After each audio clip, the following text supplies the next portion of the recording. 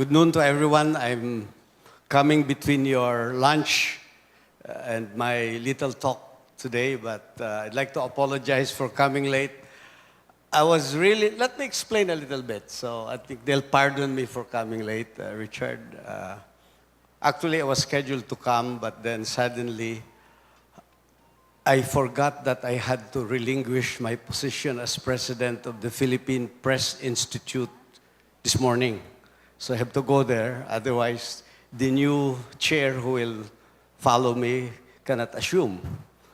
And Justice Tony Carpio gave a little talk on the West Philippine Sea issue with China, and I thought it was very valuable. So I decided to tarry a little bit and join you here and then intrude into your lunch time. So I was told I will have a little time. Well, I'm sorry you mentioned about John Ridgedale, but that would probably lead me now to what I'll probably be dealing on. You heard about the kidnapping that had happened in Samal Island Resort in the Davao region. Unfortunately, in spite of all efforts, John Ridgedale was beheaded, and the next Canadian was again beheaded. And we still have two left, the Norwegian and the Filipina lady. And that might have a little bit better solution as in the case of the two of my friends. And you will know that tomorrow. So I'll keep that in the meantime for you. That's one of the reasons why I was also a little bit late today. I was supposed to talk about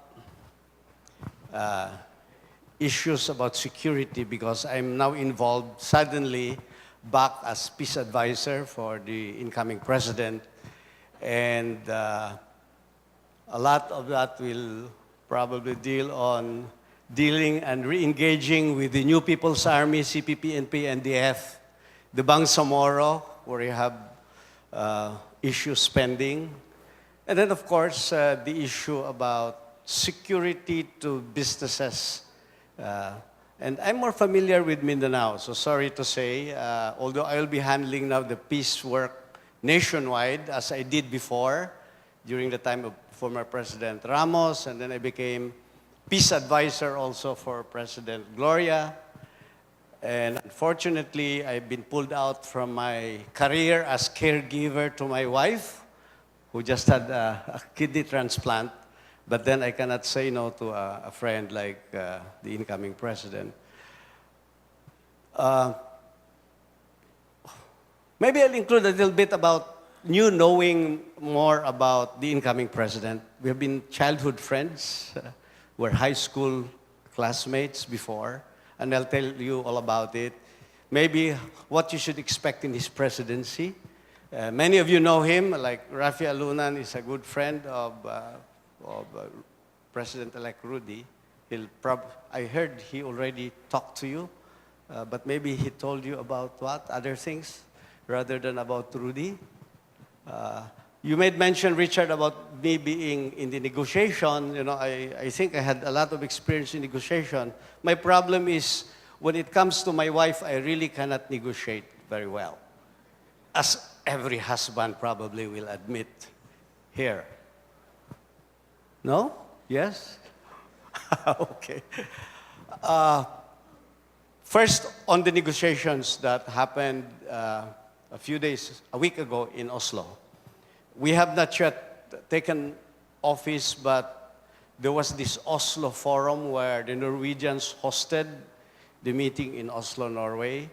And in the course of our conversations with the organizers, since I have been attending the Oslo Forum several years ago, they suggested that it could be a good opportunity for us, having been named as the new peace advisor, to probably meet on the sidelines, Joma Sison, Louis Halandoni, Fidel Agkawili, and the representatives of the CPP and PNDF. And so it happened that in the sidelines of the Oslo talks, there was a meeting. Since we have not yet assumed office, we considered it merely as exploratory. After 2 days of meeting with them, we came up with a joint statement, and I think it was a little breakthrough of what had happened the past administration and even before. We had decided first to resume peace negotiations in the third week of July. This is a breakthrough because peace talks with the CPP and PNDF had stalled and had broken down for the last 4 years. It has never moved. And that milestone took place. They also agreed in the next meeting to discuss an interim ceasefire. I had been in the peace panel before. Every time we talked about ceasefire, the talks will break down. They would refuse to even discuss ceasefire. Ceasefire meaning in the course of the negotiations, in order to have a conducive atmosphere for talks, the forces should not be fighting on the ground. They refused to do it. Ever since, this time, they agreed, in fact, to put in the calendar of the next meeting ceasefire. There will be talks about releases of prisoners who are facing charges but who will actively participate in the negotiations. Under our joint agreement on immunity and safety guarantees, or JASIG, that was signed many years ago, we were duty-bound to release prisoners who would participate in the negotiations. That we have agreed to take into account in the forthcoming negotiations. There have been requests also for releases of some prisoners who are old and sickly, and we said that would also be considered. In other words, in that meeting in Oslo, things had moved very quickly, although still very unofficial. And they asked me, why is it, Jess, that you had been there in the peace process before, and suddenly there is a new wellspring of a lot of these opportunities and optimism? And I said, it's only because we have, sorry to say, or happy to say, we have a Duterte who is coming in as president. A Duterte who probably is still an enigma to many of us who don't know him. He surprises us. He has made a lot of pronouncements and the usual unconventional, unorthodox, out-of-the-box positions. But his very bold offer, which even surprised us, his closest friends, of offering possible cabinet positions to the CPP and PNDF, or their recommendees, had opened up a lot of these opportunities right now. And so it was that we look forward to this July resumption of the peace negotiations. So leave that aside.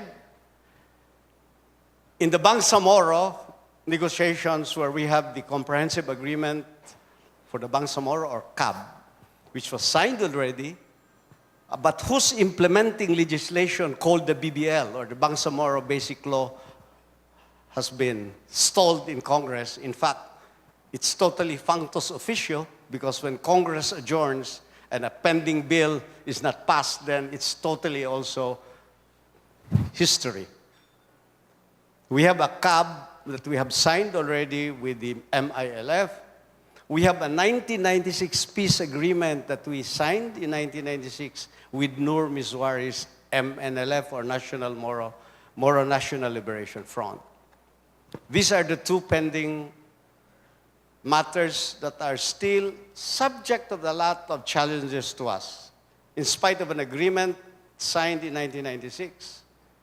Remember, the 1996 peace agreement with Nur Mizwari took 20 years. The first agreement signed in Tripoli, Libya was in 1976, yet during the time of former President Marcos. It took 20 long years for the signing of the 1996 agreement during the time of President Marcos in 1996. But still, we have a lot of issues on the implementation. That is why when you look at the MILF peace agreement that had been signed, People think that's already a done deal and all, but then, it's still a long way off. And they'd like to manage expectations of everyone. We'd like to have a new approach, a new roadmap for peace under the Duterte administration. I cannot first disclose what it will be, considering that we're still working on that roadmap after due consultations with all the sectors concerned. But offhand, my position as the incoming peace advisor is that negotiations are over. Negotiations are over. We have done with the CAB. We have done with the MNLF 1996 peace agreement. It's all a matter now of implementation. Why do we have problems like the MILF, MNLF, and the CPP and PNDF? Because from a peace or a negotiator's point of view, from the very outset, we have a very serious divide that up to the present, we cannot still scale or cross over. And what is this? For your understanding. A rebel group like MILF, MNLF, CPP, and PNDF negotiates from a very clear position that they do not want to be subjected to Philippine laws or the Philippine Constitution. That's very basic for every rebel group in the negotiations. That's the reason why negotiators resort to what we call as language engineering. Why? Because there are certain provisions that you would like to put in your agreement that from a government's negotiator's point of view must be under constitutional bounds or within constitutional bounds. The rebel group that will negotiate with you will never allow an interpretation that it is subscribed by the Philippine laws or the Philippine Constitution. So what do? We come up with a very, bland phrase that each one will be allowed to interpret it in the way they want it so that you can move the peace process forward. You avoid a breakdown or a deadlock. Well and good. The problem is, after you have signed these agreements, you'll have to move to the next step.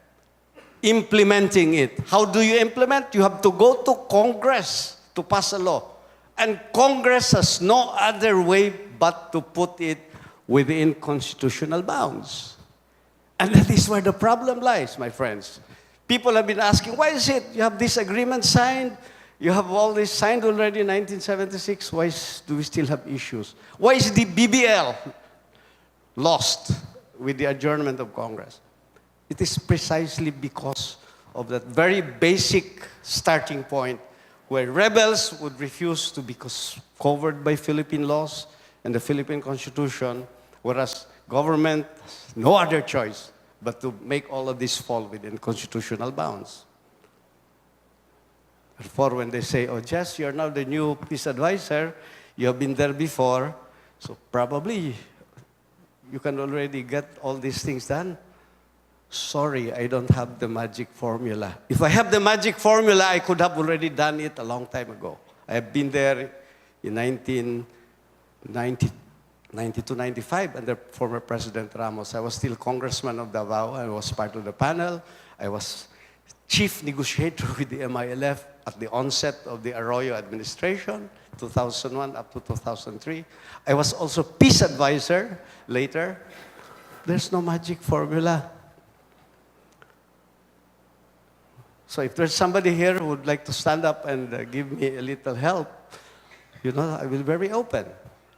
But perhaps in the Bangsamoro, we'd like to have a new starting point of what I would refer to as inclusivity. And that is also the concept that President-elect Duterte had announced.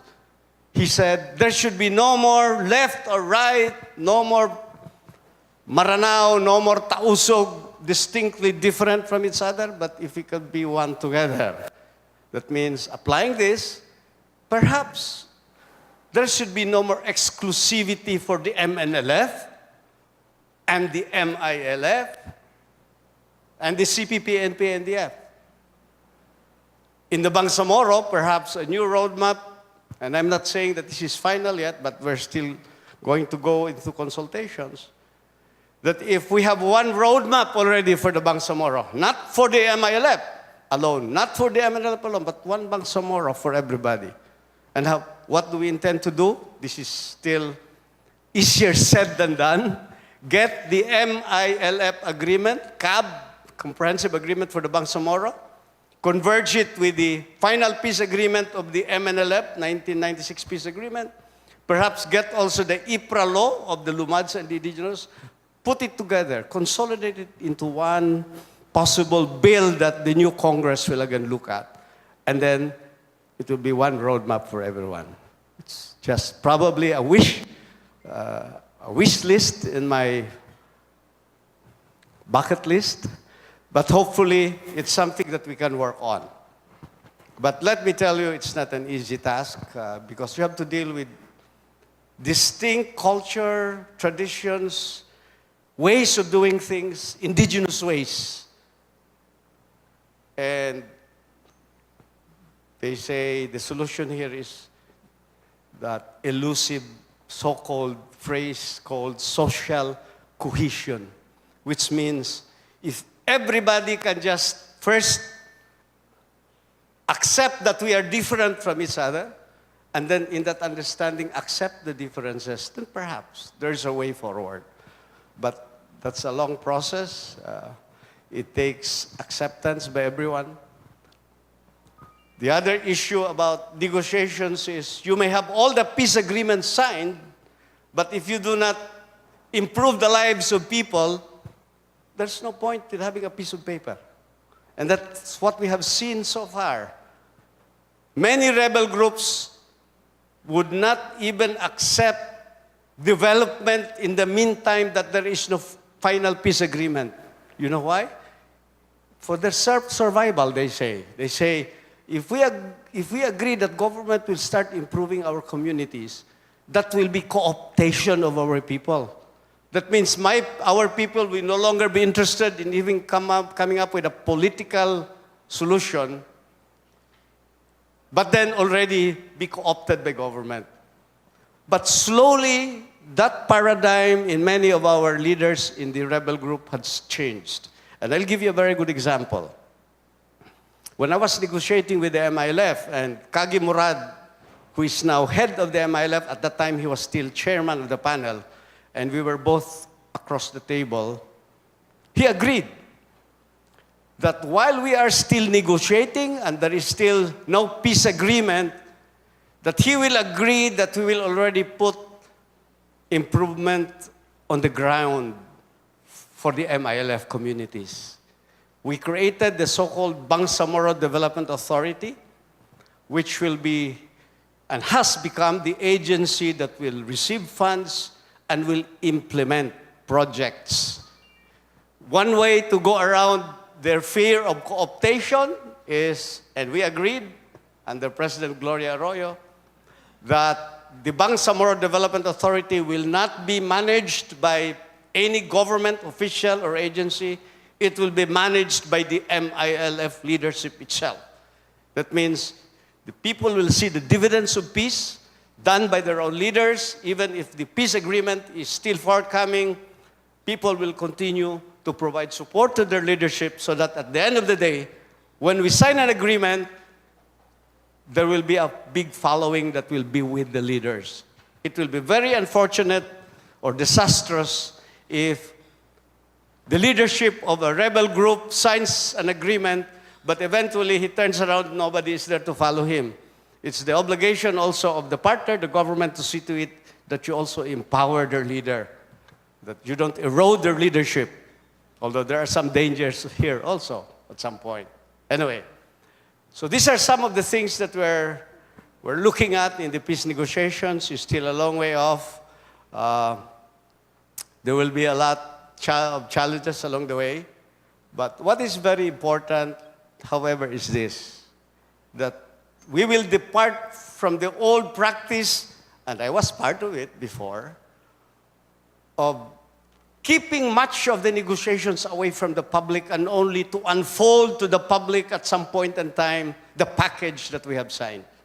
We will now henceforth be transparent. That means every step of the way, the public must know about it. There will be no more secret meetings or hidden backdoor negotiations. Because eventually, as we have seen, it takes a lot of support. You need a lot of support, and there must be ownership from everyone that they're part of the process. Although they're not in it actively, but they support it because they understand the reasons why. Let me tell you again, finally, that in negotiations with rebel groups, you must have to give concessions. Otherwise, there's no point for them to negotiate with you. But sometimes giving concessions have also some costs with the other sectors that are not involved in the struggle. That means Christian communities will say, why are you giving this much to the Bangsamoro? Do we have to take up arms also? So that we also get the same thing as what you're giving to the Bangsamoro. This is what we call as the moral hazard to it. That means, but if you get people aware, informed, no secret deals, very transparent, then perhaps they will understand the whys and the wherefores of why negotiations have to be done that way. And that is the reason why you will notice why when we met in Oslo last week, we allowed the media, we had the ABS-CBN and GMA, to cover every step of the way. We even allowed them inside the meeting rooms. Of course, not in the sensitive part where we have to still make some across-the-table discussions. But they were there covering it, opening. After every meeting, we give them briefings. And so you will notice why there was so much publicity given during these times. The purpose really was intentional. We don't want to go in there and say, what kind of deal did Dureza again do with the rebels? What is very important is that the public is part of the process, not only just an observer, but a part of it. So there's a lot of work to be done along this line, and we hope that with your support, we'll be able to continue. On the Duterte presidency, it will take me another hour, so please spare me, and there's lunch between me now and my more than 1 hour about Duterte, so I'll just open myself for questions later on. Salamat.